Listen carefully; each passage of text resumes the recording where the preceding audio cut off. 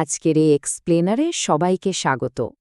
আজ আমরা এমন একটা জনস্বাস্থ্য সংকট নিয়ে কথা বলবো, মানে এটা চোখের সামনেই আছে, অথচ সম্পূর্ণ প্রতিরোধযোগ্য হওয়ার পরও নীরবে একেবারে মহামারীর আকার ধারণ করছে। পরিসংখ্যানটা শুনলে রীতিমতো চমকে যেতে হয়। একটু চিন্তা করে দেখুন, বাংলাদেশের ৩০ঊর্ধ্ব জনগোষ্ঠীর প্রায় ৯ থেকে ১৩% মানুষ বর্তমানে শ্বাসকষ্টজনিত এই মারাত্মক রোগটা নিয়ে বেঁচে আছেন। সংখ্যাটা কিন্তু মোটেও ছোট নয়। আমাদের আজকের এই পুরো আলোচনাটাকে আমরা মূলত ৬টা ধাপে সাজিয়েছি। এই নীরব ঘাতক রোগটা আসলে কি, এর পেছনের কারণ, উপসর্গ, কিভাবে রোগটা নির্ণয় করা যায়, চিকিৎসা এবং সবশেষে সবচেয়ে জরুরি যে বিষয়টা, এর কার্যকর প্রতিরোধ ব্যবস্থা, এই সব কিছু নিয়েই ধাপে ধাপে আলোচনা করব আমরা। তো চলুন প্রথম ধাপেই ঢুকে পড়া যাক। নীরব ঘাতক, সিওপিডি জিনিসটা আসলে কি, আর কিভাবে এটা আমাদের শ্বাসতন্ত্রকে একেবারে ভেতর থেকে ধীরে ধীরে শেষ করে দেয়, সেটাই আগে জানা দরকার। সিওপিডি অর্থাৎ ক্রনিক অবস্ট্রাকটিভ পালমোনারি ডিজিজ, নামটা একটু খটমটে, তাই না? সহজ ভাষায় বলতে গেলে এটা হলো ফুসফুসের একটা দীর্ঘমেয়াদী প্রদাহজনিত রোগ। এই অবস্থায় শ্বাসনালীগুলো আস্তে আস্তে সরু হয়ে যায়, আর ফুসফুসে বাতাস চলাচলের রাস্তাটা স্থায়ীভাবে বন্ধ হতে থাকে। আসলে অবাক হবেন, বিশ্ব স্বাস্থ্য সংস্থার মতে পুরো পৃথিবীতে মৃত্যুর তৃতীয় প্রধান কারণই হল এই রোগটা। আরেকটা ইন্টারেস্টিং ব্যাপার হলো, এই সিওপিডি কিন্তু একাই ১০০ নয়, এটা মূলত দুটো আলাদা সমস্যার একটা ধ্বংসাত্মক কম্বিনেশন। একদিকে আছে ক্রনিক ব্রঙ্কাইটিস, যেখানে শ্বাসনালীর ভেতরের দিকটা ফুলে গিয়ে প্রচুর পরিমাণে কফ জমতে থাকে, আর অন্যদিকে আছে এমফাইসিমা, যার কারণে ফুসফুসের ভেতরে থাকা ছোট ছোট বায়োথলি বা অ্যালভিওলাইগুলো একেবারে চিরতরে নষ্ট হয়ে যায়। মানে একবার নষ্ট হলে এগুলার কখনোই আগের অবস্থায় ফেরে না। এবার আসা যাক আমাদের দ্বিতীয় ভাগে, কারণ আর লুকানো ঝুঁকিগুলো কি কি। রোগটা তো বুঝলাম, কিন্তু এর পেছনের মূল কালপ্রেট কারা? বিশেষ করে আমাদের দেশের কনটেক্সটে এমন কিছু পরিবেশগত কারণ আছে যেগুলো এই রোগের ঝুঁকি বহুগুণ বাড়িয়ে দেয়। সবচেয়ে বড় কারণটা অবশ্য সবারই জানা, সিগারেট বা বিড়ির ধোঁয়া। এতে থাকা বিষাক্ত রাসায়নিকগুলোই এই রোগের প্রধান কারণ হিসেবে কাজ করে। তবে হ্যাঁ, শুধু ধূমপানই কিন্তু শেষ কথা নয়। ইটভাটা বা কনস্ট্রাকশনের ধুলোবালি, শহরের এই যে মারাত্মক বায়ুদূষণ, এমনকি অ্যালফা-1 অ্যান্টিট্রিপসিন ডেফিসিয়েন্সি নামের একটা বেশ বিরল জিনগত ঘাটতির কারণেও কিন্তু এই রোগটা হতে পারে। তবে এখানে সবচেয়ে চিন্তার বিষয় কোনটা জানেন? আমাদের গ্রামীণ অঞ্চলের লাখ লাখ নারী, যারা জীবনে হয়তো কোনোদিন একটা সিগারেটও ছুঁয়ে দেখেননি, তারাও কিন্তু এক বিশাল লুকানো ঝুঁকির মধ্যে আছেন। কারণটা খুব সিম্পল অথচ মারাত্মক। প্রতিদিন কাঠ, পাতা বা গোবরের মতো বায়োমাস জ্বালানি পুড়িয়ে রান্না করার ফলে সেই বিষাক্ত ধোঁয়া প্রতিনিয়ত তাদের শ্বাসতন্ত্রে প্রবেশ করছে। কারণগুলো তো জানলাম, তো আমাদের ৩ নম্বর সেকশন হলো লক্ষণগুলো চিনে নিন। পরিবেশের এই মারাত্মক ঝুঁকিগুলো যখন আমাদের শরীরে দিনের পর দিন জমতে থাকে, তখন ঠিক কি কি ফিজিক্যাল উপসর্গ দেখা দেয়, চলুন সেটা একটু ডিকোড করা যাক। দেখুন, এই রোগের লক্ষণগুলো কিন্তু রাতারাতি ভয়াবহ রূপ নেয় না। এটা খুব ধীর গতির একটা প্রসেস। প্রথম ধাপে হয়তো সকালে একটু কফসহ কাশি হবে, যেটা আমরা অনেকেই তেমন কিছু না ভেবে পাত্তা দিই না।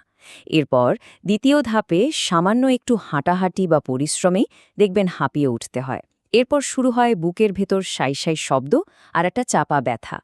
আর শেষ ধাপে গিয়ে অবস্থা এতটাই খারাপ হয় যে অক্সিজেনের অভাবে ঠোঁট নীল হয়ে যেতে পারে, এমনকি বুকটা ফুলে একেবারে গোলাকার হয়ে যায়। লক্ষণগুলো তো চেনা গেল, কিন্তু কাজ তো এখানেই শেষ নয়। আমাদের ৪ নম্বর সেকশনে আমরা কথা বলবো রোগ নির্ণয় এবং পার্থক্য নিয়ে। অন্যান্য শ্বাসকষ্টজনিত রোগের সাথে সিওপিডিকে যাতে কোনোভাবেই গুলিয়ে না ফেলা হয়, সেজন্য একদম সঠিক একটা মেডিকেল ডায়াগনোসিস থাকাটা কিন্তু মাস্ট। আর এই ডায়াগনোসিসের ক্ষেত্রে একদম গোল্ড স্ট্যান্ডার্ড বা সবচেয়ে নির্ভরযোগ্য উপায়টা হলো স্পাইরোমেট্রি টেস্ট। এই পরীক্ষায় একটা ছোট্ট যন্ত্রে জোরে ফু দিতে হয়। ওষুধ নেওয়ার পর ফুসফুস থেকে প্রথম ১ সেকেন্ডে বের হওয়া বাতাস আর মোট বাতাসের অনুপাত, যেটাকে ডাক্তারি ভাষায় FEV1/FVC বলে, সেটা যদি 0.70 এর নিচে থাকে, তাহলে নিশ্চিত হওয়া যায় যে ফুসফুসের বাতাস চলাচলের রাস্তাটা স্থায়ীভাবে ব্লক হয়ে গেছে। আচ্ছা, এখানে একটা খুব জরুরি পার্থক্য ক্লিয়ার করা দরকার। অনেকেই সিওপিডি আর অ্যাজমা মানে হাঁপানিকে এক করে ফেলেন, কিন্তু এখানে একটা বিষয় খেয়াল করলে দেখবেন সিওপিডি সাধারণত একটু বেশি বয়সে শুরু হয়, এর ক্ষতিটা একেবারে পার্মানেন্ট, আর এর পেছনে ওই যে ধোঁয়া বা ধূমপানের ইতিহাস থাকে। অন্যদিকে অ্যাজমা কিন্তু বেশ কম বয়সে শুরু হতে পারে, আর সঠিক ওষুধ দিলে শ্বাসনালী আবার আগের মতো স্বাভাবিক অবস্থায় ফিরেও আসে। রোগ তো সঠিকভাবে ধরা পড়ল, তাহলে এবার কি? আমাদের ৫ নম্বর সেকশনটা হলো চিকিৎসা ও ব্যবস্থাপনা। যেহেতু এই রোগের একেবারে ১০০% কোনো নিরাময় নেই, তাই মূল ফোকাসটাই থাকে রোগটাকে কন্ট্রোলে রাখা, এর ছড়িয়ে পড়াটাকে ধীর করা আর মারাত্মক সব জটিলতাগুলো ঠেকিয়ে রাখা। এই যে ম্যানেজমেন্টের ব্যাপারটা, এটা মূলত দুটো ফ্রন্টে কাজ করে। একদিকে থাকে সরাসরি মেডিকেল ট্রিটমেন্ট, যেমন ইনহেলার ব্যবহার করা, কর্টিকোস্টেরয়েড বা খুব সিরিয়াস হলে অক্সিজেন থেরাপি। আর ঠিক এর পাশাপাশি থাকে লাইফস্টাইল বা জীবনযাত্রার পরিবর্তন, যেমন ধূমপানটা একেবারে ছেড়ে দেওয়া, পালমোনারি রিহ্যাবিলিটেশন বা ফুসফুসে স্পেশাল ব্যায়াম করা, আর নিউমোনিয়া বা ফ্লুয়ের মতো রোগ থেকে বাঁচতে প্রয়োজনীয় ভ্যাকসিনগুলো নিয়ে নেওয়া। এখন কেউ যদি ভাবেন, ধুর, এসব নিয়মকানুন মানার কি দরকার, তাহলে কিন্তু মহাবিপদ। এই ম্যানেজমেন্টগুলো অবহেলা করলে ভয়াবহ সব জটিলতা দেখা দিতে পারে, যেমন রেসপিরেটরি ফেইলিওর মানে ফুসফুস আর অক্সিজেনই প্রসেস করতে পারে না, কিংবা কর পালমোনালে, যেখানে ফুসফুসের উচ্চ রক্তচাপের কারণে খোদ হার্টের ডান পাশটাই ফেল করে বসতে পারে। এছাড়া রক্তে অস্বাভাবিকভাবে লোহিত রক্তকণিকা বেড়ে যাওয়া বা হঠাৎ করে ফুসফুস ফেটে যাওয়ার মতো ঘটনাও ঘটতে পারে। আগেই বলছিলাম, মেডিকেল সায়েন্সে এখনও পর্যন্ত এই রোগের পুরোপুরি কোনো কিওর বা নিরাময় নেই। আর ঠিক এই কারণে আমরা চলে এসেছি আমাদের শেষ আর সবচেয়ে ভাইটাল সেকশনে, প্রতিরোধী সর্বোত্তম উপায়। এই পুরো এক্সপ্লেনারের সবচেয়ে বড় টেকঅ্যাওয়ে হল কিভাবে একটা প্রোঅ্যাক্টিভ ডিফেন্স বা প্রতিরোধ ব্যবস্থা গড়ে তোলা যায়। আসল প্রতিরোধ মানে কিন্তু শুধু মুখে বলা নয়, কাজে করে দেখানো। প্রথম কাজ, ধূমপান আজই, এখনই পুরোপুরি ছেড়ে দেওয়া। গ্রামের দিকে রান্নাঘরে কাঠ কয়লার বদলে এলপিজি গ্যাস বা অন্তত ধোঁয়াবিহীন উন্নত চুলা ব্যবহার করাটা একদম মাস্ট। ঘরে যেন পর্যাপ্ত আলো বাতাস খেলতে পারে সেটা দেখতে হবে। যারা ধুলোবালিতে কাজ করেন তাদের অবশ্যই মাস্ক বা সুরক্ষামূলক গিয়ার পরতে হবে। আর হ্যাঁ, ৪০-এর বেশি বয়স আর ধূমপানের অভ্যাস থাকলে নিয়মিত স্পাইরোমেট্রি চেকআপ করানোটা ভীষণ জরুরি।